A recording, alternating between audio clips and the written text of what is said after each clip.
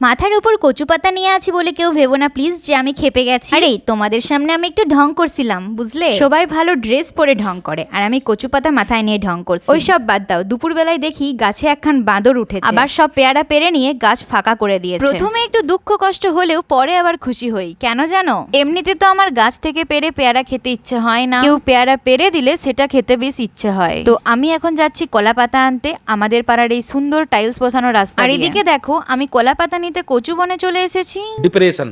Seriously আমার মাথাটা গেছে গাইস। বাট এসেই যখন পড়েছি তখন খালি হাতে না ফেরে একটা কচু পাতায় নিয়ে যায়। কোথায় আছে নাই মামার থেকে কানা মামা তো ভালো। তো চলো তোমাদের সঙ্গে আজ অনেক বুকে ফেলেছি, এবার পেয়ারাগুলোকে একটু মাখা করা যায়। গাইস আমি আবারও একটা বোকামি কাজ করে ফেলেছি, প্লিজ এটাকে এড়িয়ে যেও। এই পেয়ারা মাখা দেখতে দেখতে প্লিজ আমার চ্যানেলটাকে একটু ফলো আর সাবস্ক্রাইব করে দিয়ে যেও। তোমার ওই একটা লাইক আর কমেন্ট আমাকে ভিডিও বানাতে অনেক মোটিভেট করে। তো আজকের পেয়ারা মাখাটা আমি একটু ডিফারেন্ট বানাতে চলেছি। একটা পেয়ারা কাটতেও যে এতটা সময় লাগে সেটা আজকে পেয়ারা কাটতে না বসলে বুঝতাম না। সে বাদ দাও, চলো তোমাদেরকে আমি পেয়ারা মাখাটা কিভাবে করলাম সেটা বলি। তো প্রথমে পেয়ারাগুলোকে চাকা চাকা করে কেটে নেবে, এরপর দুটো লঙ্কার টুকরো দিয়ে সেটাকে তোমরা থেতো করে দিয়ে দিতে পারো বা ভেঙে দিয়ে দিতে পারো। এরপর যেমন দাও নুন, বিট নুন, জলজিরা, লঙ্কার গুঁড়ো, আর সাথে দিয়েছি আমি তেঁতুলের পাল্প। ব্যাস রেডি। তো গাইস আমি আর ওয়েট করতে পারছি না, অনেকক্ষণ ধরে ওয়েট করে আছি, ইচ্ছে হচ্ছে কখন খাই আমি। আর খেতে হয়েছিল সত্যি ভীষণ সুন্দর। যারা টক পছন্দ করো তাদের তো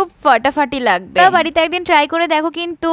আর ঝালটা একটু কম দেবে, না হলে কিন্তু আমার মতোই কান দিয়ে ধোয়া বেরিয়ে যাবে।